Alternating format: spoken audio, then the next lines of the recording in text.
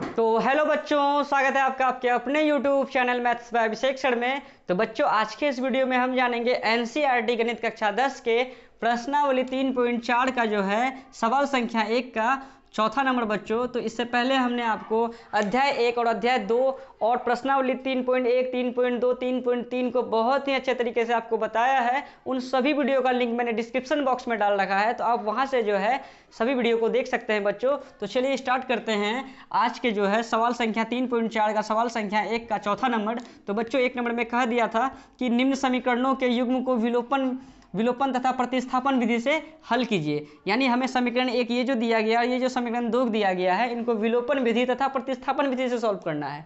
Solve करने के बाद जो है हमें जो है कौन सी विधि अधिक उपयुक्त लगेगी उनको लिख देंगे। जैसे कि समीकरण 1 और समीकरण 2 को सॉल्व करेंगे। सॉल्व करने के बाद जैसे कि आपको विलोपन विधि ज़्यादा अच्छा लगा तो लिख दीजिएगा कि अतः हमें विलोपन विधि अधिक उपयुक्त लगी। अगर प्रतिस्थापन विधि अच्छा लगेगा तो उस पर लिख दीजिएगा कि अतः हमें प्रतिस्थापन विधि अधिक उपयुक्त लगा। तो दोनों में से एक बात को लिखना है, ठीक है। तो इससे पहले जो है मतलब 1 का पहला, दूसरा, तीसरा को हमने अच्छे तरीके से आपको बताया है। उन सभी वीडियो का लिंक मैंने डिस्क्रिप्शन बॉक्स में डाल रखा है, तो आप वहां से उस सभी वीडियो को देख ले बच्चों। तो आज जो है 1 का चौथा कर रहे हैं। तो बच्चों, इसमें देखिए कि x/2 है प्लस 2y/3 बराबर -1 है। तो इनको पहले जो है मतलब हम लोग थोड़ा सरल कर लेते हैं। उनके बाद समीकरण 1 और इनको मान लेंगे, इसको भी थोड़ा सरल करके समीकरण 2 मान लेंगे। फिर उन दोनों समीकरणों को विलोपन तथा प्रतिस्थापन विधि से सॉल्व कर लेंगे बच्चों। तो देखिए 2 3 का एलसीएम हो जाएगा 6, और फिर 2/6 करेंगे तो हो जाएगा 3, और 3 गुना x करेंगे तो हो जाएगा 3x, प्लस फिर 3/6 करेंगे 2y तो हो जाएगा 4y बराबर कितना -1। नीचे गुना 1 है, अब कोना कोनी गुना करेंगे, 1 गुना 3x प्लस 4y तो हो जाएगा 3x प्लस 4y बराबर 6 गुना -1 तो -6 हो गया। इनको मान लीजिए आप समीकरण 1। और क्या है, इनको भी थोड़ा सा सॉल्व कर लेते हैं। इधर है, इसके नीचे गुना 1 है, 1 3 का एलसीएम 3, 1/3 करेंगे 3, 3 गुना x करेंगे तो हो जाएगा 3x, माइनस माइनस लिख दिएगा, 3 3 खत्म, कितना y बराबर कितना 3, नीचे गुना 1 है, अब कोना कोनी गुना कर दीजिए, तो 1 गुना 3x माइनस y बराबर 3 तिया 9। इनको मान लीजिए समीकरण 2। तो ये जो समीकरण 1 और ये जो समीकरण 2 है, इन दोनों समीकरणों को जो देखिए पहले इनको थोड़ा सा सॉल्व किए तब आया समीकरण 1, फिर इनको भी सॉल्व किए तब ये समीकरण दूसरा आ गया। तो ये समीकरण 1 और समीकरण 2 को जो है हमें विलोपन विधि तथा प्रतिस्थापन विधि से सॉल्व करना है, ठीक है। तो सबसे पहले जो है हम जो इनको इससे कर लेते हैं विलोपन से, फिर कर लेंगे प्रतिस्थापन से। तो लिखते हैं समीकरण 1 तथा 2 को विलोपन विधि से हल करने पर। बच्चों, इस वीडियो में आप शुरू से अंत तक जरूर बने रहें ताकि आपको सभी कॉन्सेप्ट्स अच्छे तरीके से क्लियर हो सकें, और मेरे इस वीडियो को सभी दोस्तों के शेयर जरूर करें। तो समीकरण 1 क्या है बच्चों, तो समीकरण 1 है 3x प्लस 4y बराबर -6, ये हो गया समीकरण 1। फिर क्या है 3x माइनस y बराबर 9, ये हो गया समीकरण 2। तो बच्चों, विलोपन विधि में क्या होता है कि हम लोग या तो x के गुणांक को या तो y के गुणांक को सेम करते हैं। तो बच्चों देखिए यहाँ पर x का गुणांक यहाँ 3 है, यहाँ भी x का गुणांक 3 है, तो यहाँ x का गुणांक क्या है, तो पहले से सेम है। अगर सेम नहीं रहता तो हम सेम करते, जैसे कि यहाँ 3 के जगह हम लिख देते हैं 6, तो यहाँ पे x का गुणांक 6 है, यहाँ x का गुणांक 3 है, तो क्या करते हैं इसमें कर देते 1 से गुना, 1 गुना 6x करेंगे 6x हो जाएगा, और इस समीकरण 2 में कर देते 2 से गुना, तो 2 तिया 6x हो जाता, तब दोनों का गुणांक सेम हो जाता। लेकिन बच्चों यहाँ पर जो है 6 नहीं है, यहाँ पर 3 ही है, तो यहाँ भी 3x है, यहाँ भी 3x है, यहाँ भी x का गुणांक 3 है, यहाँ भी x का गुणांक 3 है। तो गुणांक बच्चों हम लोगों का पहले से सेम किया हुआ है, इसका मतलब जो है एक स्टेप हमें करके ही दिया है, तो ये आसान है। और देखिए इसके बाद हम लोग क्या करते थे, तो इसके बाद हम लोग जो करते थे चिन्ह का पलटी करते थे। जैसे यहाँ 3x तो है, आगे में यहाँ कुछ क्या है प्लस छिपा हुआ है, तो इसके लिए लिख देते थे माइनस, और जो माइनस में था उसके लिए लिख देते थे प्लस, और जो प्लस में था उसके लिए लिख देते थे माइनस। तो 3x प्लस का 3x माइनस का चले गया, और 4y प्लस का और माइनस का y था लेकिन चले गया है प्लस में। 4y और प्लस का y के आगे में कुछ नहीं 1 है, तो 4y और प्लस 1y तो कै y, तो 5y बराबर कितना माइनस का 6 माइनस का 9 तो माइनस का 15, दोनों जुड़ जाएगा लेकिन चिन्ह माइनस का ही ना रहेगा। तो यह y बराबर क्या लिख देंगे -15, अब बट्टे पे देखिए 5 गुना में बराबर के इस पर लेके जाएंगे तो आ जाएगा भाग में, तो 5 एक 5, 5 तिया 15, तो इसीलिए y का मान आ गया 1/3 करेंगे तो 3 हो गया, ये माइनस को माइनस के जगह पे मतलब उसके माइनस को ऐसे बैठा दिए, तो y का मान आ गया हम लोगों का -3। और ये जो y का मान है आप समीकरण 1 या समीकरण 2 में रखिए, वहाँ से आपका x का मान आ जाएगा बच्चों।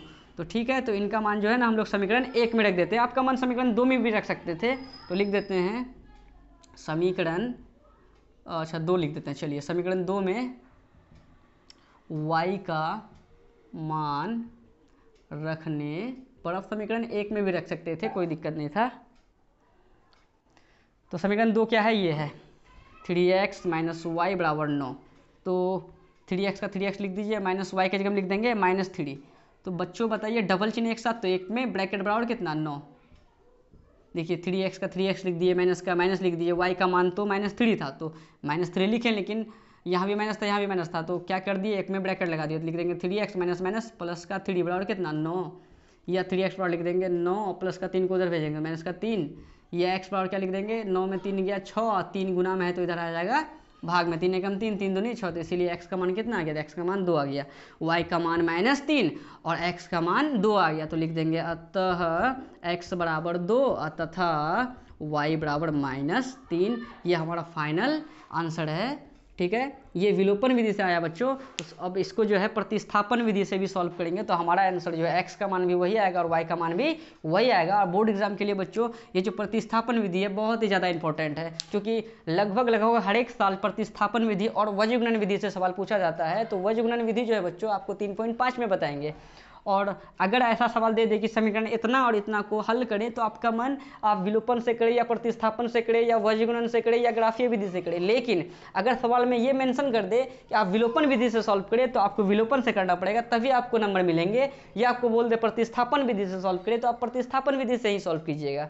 जैसे कि अभी जैसे इसको सॉल्व किए विलोपन से, अब इनको सॉल्व कर लेते हैं समीकरण 1 और समीकरण 2 को प्रतिस्थापन से।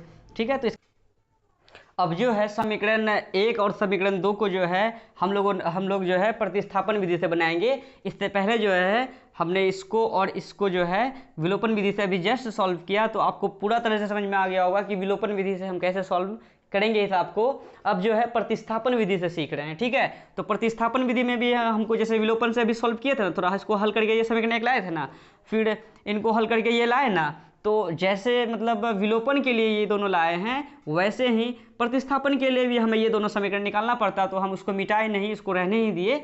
ठीक है, अब जो है इनको सॉल्व करके ये आ गया, जो देखिए 2 3 का एलसीएम 6, फिर 2 भागा 6 करेंगे तो 3, 3 गुना x करेंगे 3x प्लस 3 भागा 6 करेंगे 2, 2 गुना 2 कर देंगे तो 4y बराबर कितना -1, नीचे कुछ 1 बैठा दिया, कोना कोनी गुना कर दिए, गुना उतना उतने बराबर 6 गुना -1 तो -6।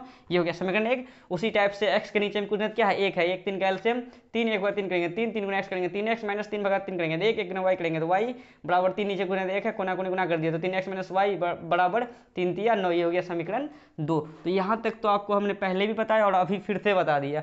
तो अब जो ये समीकरण 1 है और समीकरण 2 है, अभी जस्ट हमने विलोपन विधि से बनाया, अब हमें प्रतिस्थापन विधि से बनाना है। तो प्रतिस्थापन विधि का मतलब तो आपको पता है बच्चों, क्योंकि पिछला वीडियो में मतलब 1 से 3 तक तो हमने इस पर बताया है कि प्रतिस्थापन विधि से कैसे सॉल्व होता है, तो उन सभी वीडियो को भी एक बार जरूर देख लें। तो देखिए अब जो है चौथा कैसे सॉल्व करेंगे। तो प्रतिस्थापन विधि में क्या है कि या तो समीकरण 1 या तो समीकरण 2 से आप काम कीजिए, आपका मन जिससे काम करने को हो। हमारा मन है समीकरण 1 से, तो लिख देंगे समीकरण 1 से ये बन रहा है हम लोग प्रतिस्थापन विधि से, तो लिख देंगे 3x प्लस 4y बराबर -6, तो लिख देंगे 3x बराबर -6 प्लस का 4y को उधर भेजेंगे तो माइनस का 4y हो जाएगा, इसीलिए x बराबर कितना हो गया -6 माइनस 4y। अब बट्टे कितना, क्योंकि 3 देखिए यहाँ गुना में है, बराबर कि इस पर लेके जाएंगे 3 को तो आ जाएगा भाग में, इनको मान लीजिए समीकरण 3। ठीक है, तो हमने जो है समीकरण 1 को सॉल्व किया, वहाँ से संभावित मान x का लेके आ गया -6 माइनस 4y बट्टे 3, ये हो गया मतलब बट्टे 3, ये हो गया समीकरण 3 हम लोगों का। अब ये समीकरण 1 से ये चीज़ निकाला है, तो ऐसा नहीं कि समीकरण 1 से निकाले तो समीकरण 1 में ही इनका मान रख देंगे, नहीं। अगर समीकरण 1 से ये x का मान निकाले हैं तो इनको रखना है समीकरण 2 में। अगर ऐसा करते समीकरण 2 को सॉल्व करते, यहाँ से अगर हम x का मान लेके आते, अभी उनको अगर उनको समीकरण 3 मानते तो वहाँ का जो x का मान है समीकरण 2 से निकाले, तो ऐसा नहीं कि समीकरण 2 में रखेंगे तब उसका मान समीकरण 1 में रखते, लेकिन अभी इसका काम किए हैं समीकरण 1 से, तो इसका मतलब जो है जब समीकरण 1 से x का मान आया है तो आप समीकरण 2 में इसका मान रख दीजिए। ठीक है, चलिए अब यहाँ लिख देते हैं, पहले इनको उतारना है फिर इनको, ठीक है ना। तो लिख देंगे समीकरण 2 में ये जो x का मान रखने पर, x का मान रखने पर समीकरण 2 क्या है, तो समीकरण 2 है 3x माइनस वाई बराबर 9। तो 3 का 3 लिख दिए, बीच में गुणित क्या है, गुना है, गुना लिख देते हैं x। x का मान कितना है, तो x का मान है -6 माइनस 4y। ठीक है, तो हम लोगों को जो है ना यहाँ पे ब्रैकेट लगाना पड़ेगा। अब बट्टे क्या लिख देंगे, बट्टे लिख देंगे, कहाँ गया, 3 का 3 लिख दिए, इंटू का बीच में गुना लिख दिए, और x का मान है -6 माइनस 4y बट्टे 3। तो बट्टे 3 भी तो लिखेंगे, और यहाँ माइनस वाई पहले से है, देखिए 3 का 3 लिखे हैं, बीच में गुना लिखे हैं, x का मान ये था तो x का मान वो लिख दिए, और माइनस वाई पहले से है तो माइनस वाई भी तो लिखना पड़ेगा, बराबर कितना 9। ठीक है यहाँ तक। अब देखिए बच्चों, अभी हमने इस पर ब्रैकेट नहीं लगाया, इस पर भी ब्रैकेट लगा सकते थे, इस पर इसलिए ब्रैकेट नहीं लगाया क्योंकि देख रहे हैं यहाँ भी 3 है, यहाँ भी 3 है, जब 3 3 कटेगा तो क्यों लगाएंगे ब्रैकेट।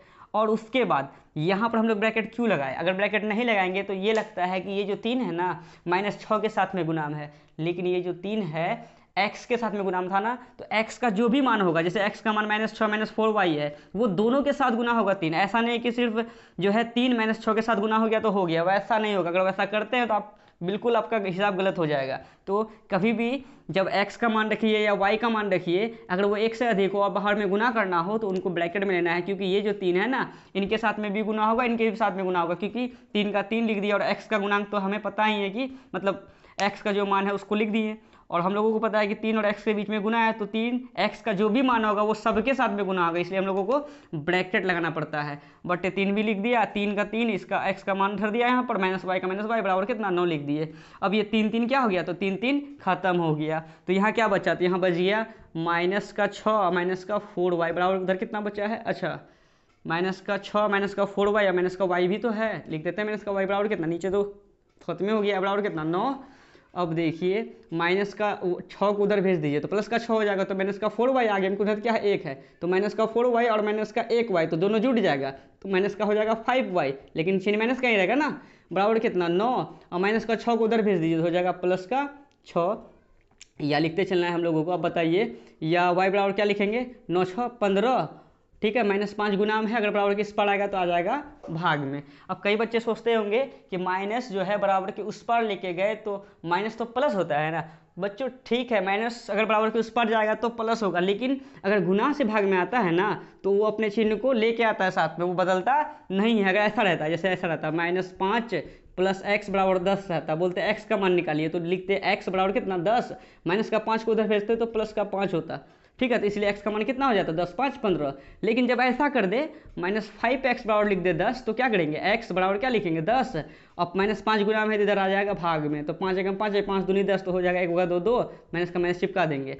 तो यहाँ पर देखिए, यहाँ गुना से ना भाग में आ रहा है, तो गुना से भाग में आएगा ना तो जो भी चिन्ह रहेगा ना उसको साथ में लेकर आएगा, साथ में लेकर आएगा। लेकिन ऐसा रहता तो माइनस का 5 को उधर भेजते तो प्लस का 5 होता, लेकिन गुना से भाग में आता है ना तो चिन्ह पलटी नहीं होता है, वो अपने साथ में उसको लेकर चलता है, ठीक है। जैसे कि यहाँ पर -5 गुना में था तो भाग में भेज दिए, चिन्ह पलटी नहीं हुआ, तो 5 एक में 5 5 3 15, तो इसीलिए y का मान कितना आ गया, 1/3 करेंगे तो 3 ही हो जाएगा, और ये माइनस है तो इस माइनस को भी क्या कर देते हैं हम लोग, लिख देते हैं। तो इनको सॉल्व करके जो है हमने y का मान निकाल लिया। अब ये जो y का मान आया ना -3, अब जो है समीकरण मतलब 1 में रख दीजिए, समीकरण 2 में रख दीजिए, या हमने अभी समीकरण 3 निकाला था उनमें रख दीजिए, वहाँ से जो है आपका क्या आ जाएगा, हो जाएगा x का मान आ जाएगा। तो आपका मन आप समीकरण 1 में रखिए, 2 में रखिए, मतलब यह समीकरण 1 में रखिए, समीकरण 2 में रखिए, या समीकरण 3 में रखिए। मेरा मन है समीकरण 2 में रखने का, तो हम समीकरण 2 में रख लेंगे। आपका मन होता समीकरण 1 में रखने का या समीकरण 3 में रखने का, तो आप वहाँ रख सकते थे।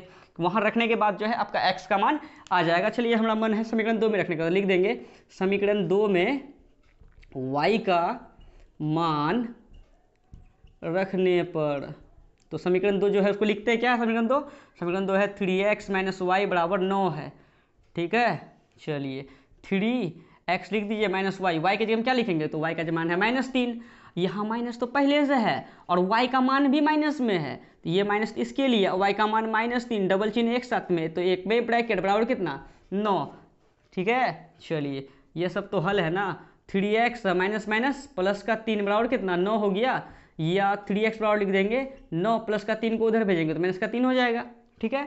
या x बराबर क्या लिख देंगे, 9 में 3 गया 6, और 3 गुना में है तो इधर आ जाएगा भाग में, तो 3 एकम 3 है, 3 दूनी 6, तो इसीलिए बच्चों x का मान कितना आ गया, तो x का मान आ गया 1/2 करेंगे तो लिख देते हैं, इसीलिए x बराबर कितना 1/2 करेंगे तो x का मान 2 आ गया, x का मान 2 आ गया और y का मान -3 आ गया। तो अतः में लिख देते हैं हम लोग, तो उधर तो जगह है नहीं, इधर लिख देते हैं कि अतः x बराबर -3 और y बराबर 2। तो ठीक है, तो बिल्कुल आसान तरीके से जो है आपको प्रतिस्थापन विधि भी हम सिखा दिए हैं। और अगर और भी अच्छे से प्रतिस्थापन विधि आपको सीखना हो तो प्रश्नावली 3.3 का जो है हमने 1 नंबर में 6 हिसाब को प्रतिस्थापन विधि से बनाया है, तो वहाँ जाकर के जो है उस वीडियो पे जाकर के जो है आप प्रतिस्थापन विधि को और भी अच्छे से सीख सकते हैं। तो बच्चों इसका स्क्रीनशॉट ले लें, कहीं डाउट हो तो आप हमें कॉमेंट जरूर करें। तो हमने आपको विलोपन और प्रतिस्थापन विधि दोनों बहुत ही अच्छे तरीके से सिखा दिया है। अब जो हम लोग जो है 3.4 का ही जो है ये 1 से लेकर 4 तक का 1 नंबर में 4 हिसाब था तो उसको बता दिया। अब दूसरे नंबर के सभी हिसाब को धीरे धीरे आपको बताया जाएगा बच्चों। और जैसे कि अभी x का मान 2 आया है, फिर y का मान -3 आया है। कई बच्चे को डाउट होता है कि क्या मेरा x का मान और y का मान जो आया है ये सही है या गलत है। तो इसके लिए बच्चों एक नियम है, उसको लागू कीजिए, आपको पता चल जाएगा कि आपका ये जो x का मान और y का मान है सही है या गलत है। तो देखिए यहाँ पर समीकरण जो है ना, यहाँ क्या है समीकरण जैसे ये समीकरण 1 है 3x + 4y बराबर -6 है। तो 3 को 3 लिख देंगे, x का जगह में जो मान आया x का जगह में x का मान रख देंगे, प्लस 4 को 4 लिख देंगे, y का मान जो आया y की जगह y का मान रख देंगे और इस साइड वाले को सॉल्व करेंगे और बराबर के उस पर -6 है। तो अगर इस साइड को सॉल्व करेंगे ये भी -6 आ गया और उधर भी -6 है, तो इसका मतलब जो है हमने जो x और y का मान निकाला वो बिल्कुल सही है। चलिए एक बार करके दिखा देते हैं कि समीकरण 1 में इस साइड में क्या है, तो इस साइड में है 3x + 4y। इस पे जो है ना मान रखते हैं, अगर -6 आ गया इसका मतलब जो है हिसाब हमारा बिल्कुल सही है। या समीकरण 2 में भी रख सकते थे, यहाँ x का जगह x का मान y की जगह y का मान रखते तो बराबर के उस पार 9 है, तो इस पार अगर 9 आ जाए और उस पार भी 9 है तो इसका मतलब हिसाब क्या है, बिल्कुल सही है। तो कोई एक ठो हम बता देते हैं, जैसे कि एक का बताते हैं, जैसे इधर क्या है 3x + 4y है ना, तो 3 का 3 लिख देंगे, बीच में गुना लिख देंगे।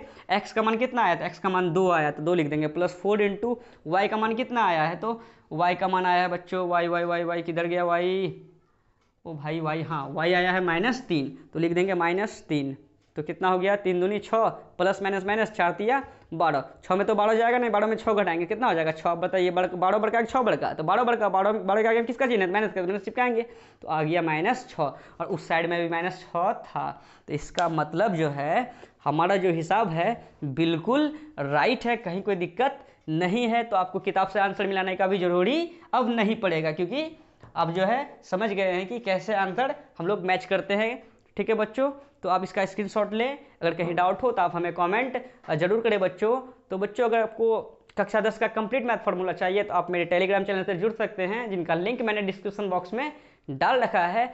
अगर वीडियो अच्छा लगा हो तो आप अपने सभी दोस्तों के साथ शेयर जरूर करें बच्चों। ठीक है बच्चों, मिलते हैं नेक्स्ट वीडियो में, धन्यवाद।